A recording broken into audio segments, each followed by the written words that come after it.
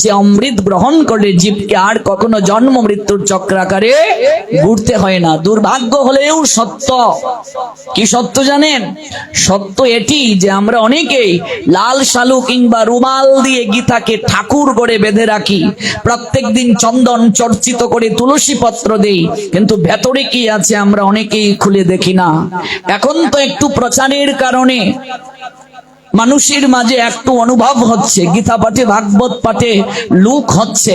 আমি তো আজ থেকে আর এই পথে নয়, 2003 সালে প্রধানমন্ত্রী কর্তৃক আমি পুরস্কার পাই খালেদা জিয়ার কাছ থেকে। ক্লাস 5-এ যখন পড়ি, ট্যালেন্টের মাঝে ফার্স্ট হয়ে প্রধানমন্ত্রী কর্তৃক পুরস্কার পেলাম। 2006-এ 8-এও আমি ফার্স্ট হই। 2009-এ এসএসসি। একেবারে ছোটবেলা থেকে আমি এই পথে। আর আমার এই আলোচক জীবন, গীতা ভাগবত পাঠের আলোচক জীবন, 17 বছর 64 জেলায়, দেশের বাহিরেও আমার প্রোগ্রাম থাকে, আপনারা আমাকে দেখেন ইন্টারনেটে। তাহলে এই যে আমার দীর্ঘ জীবনের অভিজ্ঞতা, ভক্তি জীবনের অভিজ্ঞতা, ছোটবেলা থেকেই আমি ভক্তি পথে। আমার এই দীর্ঘ জীবনের অভিজ্ঞতায় আমি এমনও দেখেছি, কোনো একটা স্কুলে কলেজে যখন কোরআন তেলাওয়াতের পরে গীতা পাঠের জন্য কাউকে ডাকা হতো, লোক খুঁজে পাওয়া যেত না। লোক খুঁজে পাওয়া যেত না। এমনও একটা অভিজ্ঞতার কথা আপনাকে বলি, কোন একটা প্রোগ্রামে গীতা পাঠের জন্য যখন কাউকে ডাকা হলো, সেই ব্যক্তি দাঁড়িয়ে যা দেবী সর্বভূতেষু মাতৃরূপেণ সংস্থিতা নমস্তস্যৈ নমস্তস্যৈ নমস্তস্যৈ নমো নমঃ এটা বলে গীতা পাঠ করে ফেলেছে। এটা কি গীতার কোন শ্লোক না চণ্ডী? আর যারা আছে সবাই তালি দিচ্ছে। তাহলে দেখুন, হবুচন্দ্র রাজার গবুচন্দ্র মন্ত্রী কেমন? যেমন বক্তা শ্রোতাও তেমন। যারা হাতে তালি দিচ্ছে ওরা জীবনে গীতা খুলেও দেখে নাই, আর যিনি বক্তা উনি জীবনে কোনোদিন গীতা খুলে দেখে নাই। অবস্থাটা ঠিক এমন হয়ে গেল। একটা যাত্রায় একটা চরিত্র, যে চরিত্রটার লোকটার কেমন হবে, একটু নাদুস নদুস স্বাস্থ্য হবে, কেমন এরকম একটা লোককে ওই চরিত্রে একটা ডায়লগ দেওয়াতে হবে। তো আগ থেকেই রিহার্সেল দিয়েছে যিনি পরিচালক। এবার যেদিন যাত্রাটা রাত্রে পরিবেশন হবে, দুর্ভাগ্যবশত এই লোকটা অসুস্থ হয়ে গেল, তার পক্ষে আসা সম্ভব নয়। এবার পরিচালক ভাবছে এই তাৎক্ষণিক সময়ের মাঝে কাকে এই চরিত্রের জন্য নির্ধারণ করা যায়। তো হাজার হাজার শ্রোতার মাঝে একজনকে পছন্দ হলো যে এই লোকটার নাদুস নদুস চেহারা আছে, মূলত ডায়লগ থেকেও নাদুস নদুস চেহারাটা দরকার। ওকে কাছে ডেকে বলছে যে তোমাকে কিচ্ছু করতে হবে না, শুধু একটু মেকআপ করিয়ে দেব, হালকা মেকআপ, আর তুমি এই ডায়লগটা গিয়ে যাত্রার মঞ্চে উঠে বলবে। বলছে ওরে বাপ রে বাপ, জীবনে তো আমার এমন অভিজ্ঞতা নাই, আমার দ্বারা হবে না, আমাকে ছেড়ে দিন। বলছে আরে তোমার যে চেহারা আছে এটাই হবে। এবার একটু মেকআপ করে তাকে ডায়লগটা শিখিয়ে দিয়েছে, কেমন? এবার যাত্রা মঞ্চে যখন লোকটা গিয়ে উঠলো, হাজার হাজার লোক দেখে তার হাত পা কাঁপছে। এবার সে ডায়লগ কি বলবে ভুলে গেছে। সে শুরু করলো, বাংলা বিহার উড়িষ্যা, কই গেলে রে ফরিষ্যার ফুয়া নরিষ্যা, আমি আগেই কইছি পারতাম না, তুই কইছস পারবে, এখন কই তুমি, আমার ঠ্যাং কাঁপতাছে। সবাই তো হাতে তালি দেওয়া শুরু করছে।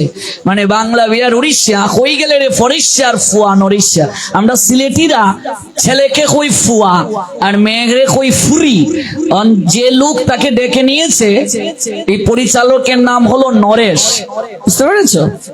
আর তার বাবার নাম হলো পরেশ। তাই কইছে বাংলা বিহার উড়িষ্যা, কই গেলে রে ফরিষ্যার ফুয়া নরিষ্যা, আমি আগেই কইছি পারতাম না, তুই কইছস পারবে, এখন কই তুই, আমার ঠ্যাং কাঁপতাছে। আমরা এখানে সিলোটি, তাই সিলোটি ভাষা আমারে বুঝাইবার দরকার নাই, আপনারা বুঝতে পারবা।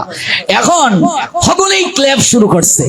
এবার সে মঞ্চ থেকে নাইমিয়া পরিচালকের ফাউ দুইরে কইতেছে, আপনি আমার ক্ষমা কইরা দিন, আমি তো একেবারে সারে সর্বনাশ করে লইছি, আপনি যে ডায়লগ দিছে এটা মনে নাই। পরিচালক তোর আর ডায়লগ লাগতো না, তুই যা দিছ এইটাই তোর ডায়লগ, ওই দেখ পুরো মঞ্চ তুই কাঁপিয়ে দিছস, আর যারা শ্রোতা ওরা সবাই ক্লেপ দিচ্ছে, শ্রোতারা ভাবছে এইটাই ডায়লগ, তাহলে তুই যেহেতু দিয়াল চস এইটাই হয়ে গেছে। এই হলো অবস্থা। চণ্ডীর মন্ত্র বলে গীতা পাঠ শেষ। বাংলা, বিহার, উড়িষ্যা, কই গেলে রে ফরিষ্যার ফুয়ান উড়িষ্যা। আমি আগেই কইছি পারতাম না, তুই কইছস পারবে, এখন কই তুই, আমার ঠ্যাং কাঁপতেছে। এই হলো আমাদের অবস্থা। কোথায় যাবেন? এই দুঃখের কথা কাকে বলবেন? এই যন্ত্রণার কথা কাকে বলবেন? কাকে বলবেন এই যন্ত্রণার কথা? অধিকাংশ পিতামাতার মাঝে এই ধারণাটা কাজ করে, এই ভাবনাটা কাজ করে যে এখন সন্তানের পড়াশোনা করার সময়, এখন তার এই ভক্তি চর্চার সময় নয়। এটাই তো আমাদের মাঝে সবচেয়ে বড় কুসংস্কার। সন্তান একাডেমিক পড়াশোনা যেমন করবে, তৎসঙ্গে পারমার্থিক পড়াশোনাটাও তাকে করতে হবে। যতগুলো বৃদ্ধাশ্রমে আমি গিয়েছি, অধিকাংশ বৃদ্ধাশ্রমে সবচেয়ে হাই এডুকেটেড যারা, তাদের বাপ মা বৃদ্ধাশ্রমে থাকে। এই যে কয়দিন আগে ঢাকার পল্লবীতে ঘটনাটা ঘটলো, 3 সন্তানের মা, দেখেছেন আপনারা ঘটনাটা? একজন বুয়েটের প্রফেসর, একজন কানাডা প্রবাসী, আরেকজন সচিব, আর তার মেয়ে সরকারি স্কুলের শিক্ষিকা, অথচ ময়লার ভাগার সেই কক্ষের মাঝে মা মরে গেছে, অথচ খবর নেই, পচে গেছে, শরীরের মাঝে কীট হয়ে গেছে। সেই সকল সন্তানেরা মায়ের কোনো সংবাদ নেয় না। এই পড়াশোনা আমাদেরকে কতটা নৈতিক জ্ঞানে গুণান্বিত করেছে একবার চিন্তা করুন তো। আমাদের শাস্ত্রে মা সম্বন্ধে বলা হয়েছে, জননী স্বর্গাদপি গরীয়সী, মা স্বর্গ থেকেও শ্রেষ্ঠ। মাকে যদি কেউ প্রণাম নিবেদন করে, সেই প্রণামটা বিশ্ব ব্রহ্মাণ্ডের সব জায়গায় পৌঁছে যায়। মাকে যদি প্রণাম দিয়ে কেউ পরিক্রমা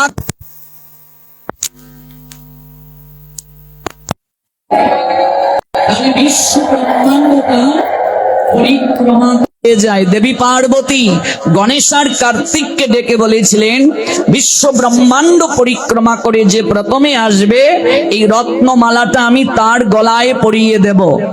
কার্তিক ছুটলেন বিশ্ব ব্রহ্মাণ্ড পরিক্রমা করার জন্য, আর গণেশ মায়ের কাছে এসে মাকে প্রণাম দিয়ে পরিক্রমা করে কেঁদে কেঁদে বললেন, তুমিই তো আমার কাছে বিশ্ব ব্রহ্মাণ্ড, তোমাকে প্রণাম নিবেদন করলে, পরিক্রমা করলে আমার বিশ্ব ব্রহ্মাণ্ড পরিক্রমা করা হয়ে যায়। দেবী পার্বতীর চোখ বেয়ে অশ্রু ঝরঝর করে ঝরতে শুরু করলো। রত্নমালাটা গলা থেকে খুলে গণেশের গলায় পরিয়ে দিয়ে বললেন, পুত্র, তুমি যে মাতৃভক্তি প্রদর্শন করলে, আমি তোমাকে আশীর্বাদ প্রদান করলাম। সকল দেবতার পূর্বে তোমার পূজা করা হবে, তুমি সিদ্ধিদাতা রূপে জগতে প্রসিদ্ধ হবে। আজকে গণেশ পূজা সকল পূজার আগে করা হয়। এখানে ঠাকুরদা আছে, তিনি জানবেন, পঞ্চদেবতার মাঝে একজন গণেশ। গণেশের পূজা সর্বোত্তম, মানে সবার আগে করা হয়। মাতৃভক্তি প্রদর্শন করেছিলেন গণেশ, মায়ের আশীর্বাদ প্রাপ্ত হয়েছেন গণেশ। তাহলে আজকে আনাচে কানাচে তো বৃদ্ধাশ্রম কেন? যদিও আমাদের সিলেট বিভাগে কোনো বৃদ্ধাশ্রম নাই, এটা আমাদের জন্য সৌভাগ্যের বিষয়। এই সারা বাংলায় তথা দেশের বাইরে, এই পশ্চিমবঙ্গে যতগুলো বৃদ্ধাশ্রমে আমার যাওয়া হয়েছে, কিংবা ভারতের বিভিন্ন রাজ্যে, সবচেয়ে উচ্চ শিক্ষিত তাদের বাপ মা বৃদ্ধাশ্রমে থাকে। কারণটা কি জানেন? বলুন তো কি কারণ? If you had given your child to knowledge of Srimad Bhagavad Gita and Srimad Bhagavatam from an early age, your child would never put you into the dustbin, never sent you to old home. আপনি যদি আপনার সন্তানকে প্রাতিষ্ঠানিক শিক্ষার সঙ্গে, school, college, ইউনিভার্সিটির শিক্ষার সঙ্গে নৈতিক শিক্ষাটা দিতে পারতেন, মরালিটি যাকে বলা হয়, নৈতিক শিক্ষাটা যদি তাকে দিতে পারতেন, পারমার্থিক শিক্ষাটা যদি দিতে পারতেন, যথাযথভাবে ধর্মীয় জ্ঞান, ওই যে লেবাসদারি ধর্মীয় জ্ঞান নয়, আমরা ধার্মিক হতে গিয়ে যেন আবার ধর্মান্ধ না হই, উগ্র না হই, এরকম ধর্মীয় জ্ঞান নয়, as it is spiritual knowledge যেটি যদি আমরা দিতে পারতাম, সেই সন্তান ভিক্ষা করে খেলেও মাকে কখনো ডাস্টবিনে ফেলতো না, মাকে কখনো বৃদ্ধাশ্রমে পাঠাতো না, বাবার গায়ে হাত তুলতো না, বাবাকে কখনো বৃদ্ধাশ্রমে পাঠাতো না। কারণ আমার শাস্ত্র, আমার ধর্ম, বাবা প্রসঙ্গে কি বলা হয়েছে? পিতা স্বর্গ, পিতা ধর্ম। পিতা স্বর্গের সমান, পিতা ধর্ম। ধর্ম কাকে বলে? What means religion? আমরা ধর্ম মানে বুঝি কপালে তিলক থাকবে, কণ্ঠে মালা থাকবে, এরকম ড্রেস থাকবে, উনি খুব ধার্মিক, উনি ভক্ত। না, এর মাঝে ধর্ম কখনো পরিলক্ষিত হয় না, এর মাঝে ধার্মিকতা পরিলক্ষিত হয় না। এটি একটি সিম্বল, কেবল এটি সিম্বল। আপনি স্কুলে পড়াশোনা করবেন, আপনার একটা আইডেন্টিটি প্রয়োজন, কিন্তু এটার মাঝে কখনো আপনার পড়াশোনার সফলতা নির্ভর করে না।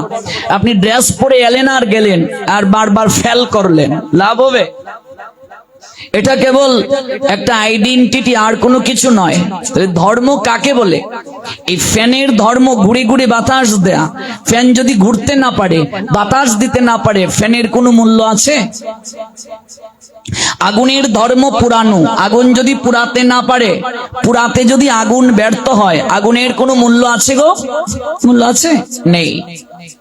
জলের ধর্ম পিপাসা মেটানো, জল যদি পিপাসা মেটাতে না পারে, জল যদি অপেয় হয়ে যায়, জলের কোনো মূল্য আছে? সাপের ধর্ম দংশন করা, বিষ হলো তার শক্তি। ওমা দুরাসাপ সিনগ, এটারে কেউ ভয় পায় কেন?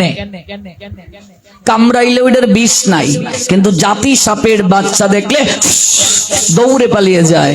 তাহলে যে সাপের বিষ নাই তাকে কেউ ভয় পায় না। সাপ যদি তার ধর্ম থেকে সরে যায়, তাহলে সাপেরও কোনো মূল্য নেই। একটা উদাহরণ দিয়ে তারপর এই প্রসঙ্গে আবার আসবো। একটা সর্প গাছের কুটরে থাকতো, এবার রাস্তা দিয়ে যেই যেত তাকে দংশন করত। একজন সিদ্ধিপ্রাপ্ত সাধু, ত্রিকালদর্শী, যিনি 3 কাল সম্পর্কে জ্ঞাত, অনেক আধ্যাত্মিক ক্ষমতা তার আছে, সাধনার দ্বারা সিদ্ধিপ্রাপ্ত হয়েছেন। তিনি এই পথ দিয়ে যখন যাচ্ছেন, সর্পটা ধেয়ে আসছে তাকে সবল দেওয়ার জন্য। তখন সাধু এক মুঠো ধূলিকণা তিনি মন্ত্র পাঠ করে তার উপরে ছিটিয়ে দিয়ে বললেন, এই আমার সাধনার শক্তিতে তোকে আমি পূর্বজন্মের স্মৃতি স্মরণ করিয়ে দিলাম। দেখ তুই কে ছিলে, তুই রাজা ছিলে, কিন্তু হিংসা করার কারণে এই সর্পদেহ প্রাপ্ত হয়েছিস। হিংসার কারণে এই সর্পদেহ প্রাপ্ত হয়েও তুই হিংসা ত্যাগ করতে পারছিস না, তাহলে তোর তো আগামী জন্মটা আরো অনেক নিম্নগতি হবে। এবার সাধুর কৃপায় সাপটি পূর্বস্মৃতি স্মরণ করে অত্যন্ত বিনয়ে ভূষিত হলো। সর্পটা বলছে, আমার কর্তব্য কি? সর্প কি আর কথা বলতে পারে? এটি হলো স্টোরি, মরালিটি নেব এখান থেকে। আমরা স্টোরির মাধ্যমে মরালিটি নেওয়া হয়, নৈতিক শিক্ষা নেওয়া হয়, ভালো করে উপলব্ধি করবেন। সর্পটা বলছে, আমার কর্তব্য কি? বলছেন, তুই আর হিংসা করবি না, কাউকে দংশন করবি না, কাউকে ছুবল দিবি না, যা আমি তোকে কৃপা করে গেলাম। এবার এই সর্পটা রাস্তার পাশেই পড়ে থাকে, গাছের কুটরে তো থাকতো, রাস্তার পাশেই পড়ে থাকে, কাউকে আর দংশন করে না, কামড়ায় না।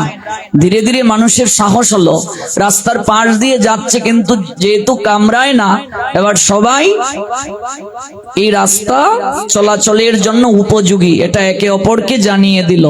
উল্টো এবার কি করছে, মানুষই এসে সাপটাকে ঘা দিচ্ছে, ছোট বাচ্চারা লেজ ধরে টেনে টেনে নিয়ে যাচ্ছে, কেউ আবার এটাকে ঢিল মেরে ফেলে দিচ্ছে, কেউ প্রহার করছে। এবার প্রহার করতে করতে সাপের অবস্থা একেবারে যায়।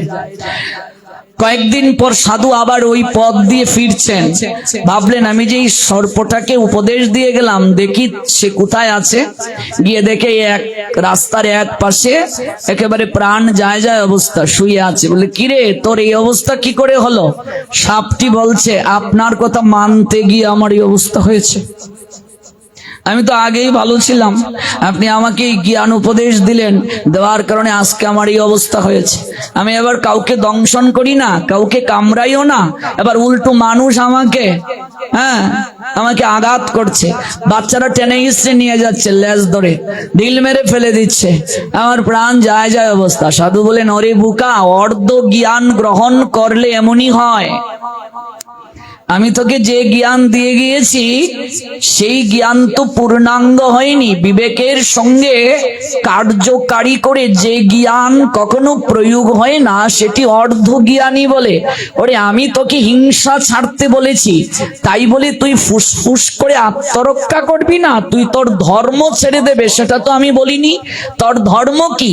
দংশন করা, ফুসফুস করা। কেউ যদি তোকে বিনা কারণে মারতে আসতো, তুই যদি একটু এমন করতে, সবাই কি করতো? দৌড়ে পালিয়ে। তুই দংশন না কর, ফুসফুস করে আত্মরক্ষা তো করতে পারতি। আত্মরক্ষা করাটাও ধর্ম। তাহলে সর্প যদি তার ধর্ম থেকে সরে যায়, সাপের কোনো মূল্য আছে? তাহলে মানুষ যদি তার ধর্ম থেকে সরে যায়, মানুষের কি করে মূল্য আছে গো? গৌর প্রেমানন্দে। মানুষ যদি তার ধর্ম থেকে সরে যায়, তাহলে আবার প্রশ্ন আসবে, ধর্ম কাকে বলে? What means religion? Srimad Bhagavatam said, religion means the rule of regulation, omnipotent maker Krishna. If you violate rule of regulation, of course punishment any time in any situation. ভাগবত বলছে ধর্ম হলো ভগবানের আইন, ওই আইনটাকে ধারণ করার নামই ধর্ম। ভগবান একটা আইন দিয়েছেন আমাদেরকে। রাষ্ট্রে যদি আইন না থাকতো তাহলে মানুষ স্বেচ্ছাচারী জীবনযাপন করতো কিনা? যা পারে তাই করতো। রাষ্ট্রে আইন থাকার পরও, পুলিশ প্রশাসন থাকার পরও আমরা যা খুশি তাই করি। তাদের চোখকে ফাঁকি দিয়ে অনৈতিক অবৈধ কার্য আমরা প্রতিনিয়ত করেই যাচ্ছি। আর যদি রাষ্ট্রে কোনো আইন না থাকতো, শাস্তির ব্যবস্থা না থাকতো, মানুষ যা ইচ্ছে তাই করতো কিনা? তেমনি ভাবে এই জগৎ সংসারে আমরা যে এলাম, ভগবান আমাদেরকে একটা বিশেষ আইনের মাধ্যমে পরিচালনা করার নির্দেশ দিয়েছেন। ধর্ম মানুষকে একটা পাংচুয়ালিটি দান করে, ধর্ম মানুষকে একটা ডিসিপ্লিন দান করে, ধর্ম মানুষকে একটা সুশৃঙ্খল জীবনযাপন দান করে, ধর্ম মানুষকে উদার করে, ধর্ম মানুষকে মানবতার মন্ত্রে দীক্ষিত করে, ধর্ম মানুষকে মহানুভব করে। যে ধর্ম মানুষকে আবদ্ধ করে সেটি ধর্ম নয়, ধর্মান্ধতা। যে ধর্ম মানুষকে উগ্রতার দিকে নিয়ে যায়, যে ধর্ম মানুষের ঘরবাড়ি জ্বালিয়ে পুড়িয়ে ছারকার করে দেয়, যে ধর্ম মানুষকে পেটায় মারে, মব সৃষ্টি করে, সেটি কখনো ধর্ম নয়, সেটি উগ্রতা ব্যতীত আর কোনো কিছুই হতে পারে না, ধর্মান্ধতা ব্যতীত আর কিছুই হতে পারে না। সনাতন ধর্ম মানুষকে ভালোবাসার কথা বলে। আমরা কেবল শুধু মানুষ নয়, প্রত্যেকটা জীবের মাঝে, অনুপরমাণু উদ্ভিদ কুলের মাঝে, স্রষ্টার সৃষ্টির মাঝে স্রষ্টাকে আমরা অনুভব করি। গৌর প্রেমানন্দে। আমরা ঈশ্বরকে অনুভব করি প্রত্যেকের মাঝে, আমরা ঈশ্বরকে অনুভব করি। এই জন্য আমরা বৃক্ষকে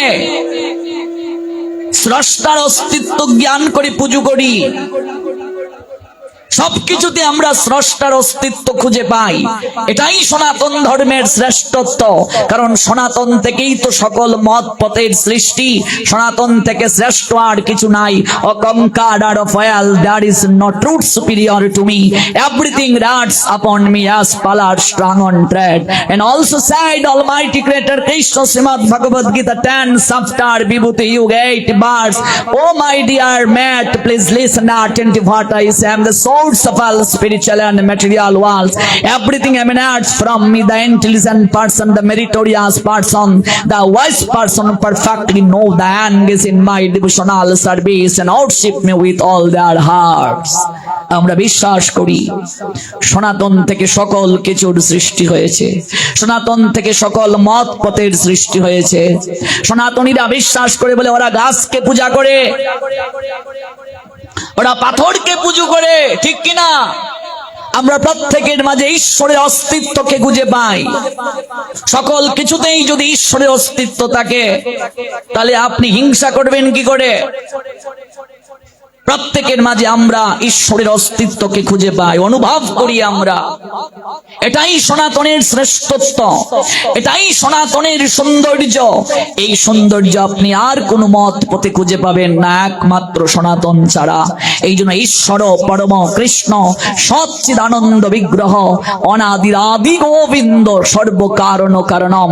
পৃথিবীতে যখন কোনো জল ছিল না, পৃথিবীতে যখন কোনো স্থল ছিল না, তখন একজন ছিলেন, তিনি অনাদি আদি, তিনি সর্বকারণের পরম কারণ, তিনি আর কেউ নয়, তিনি সৎ চিৎ আনন্দগণ আমার পরমেশ্বর ভগবান কৃষ্ণ।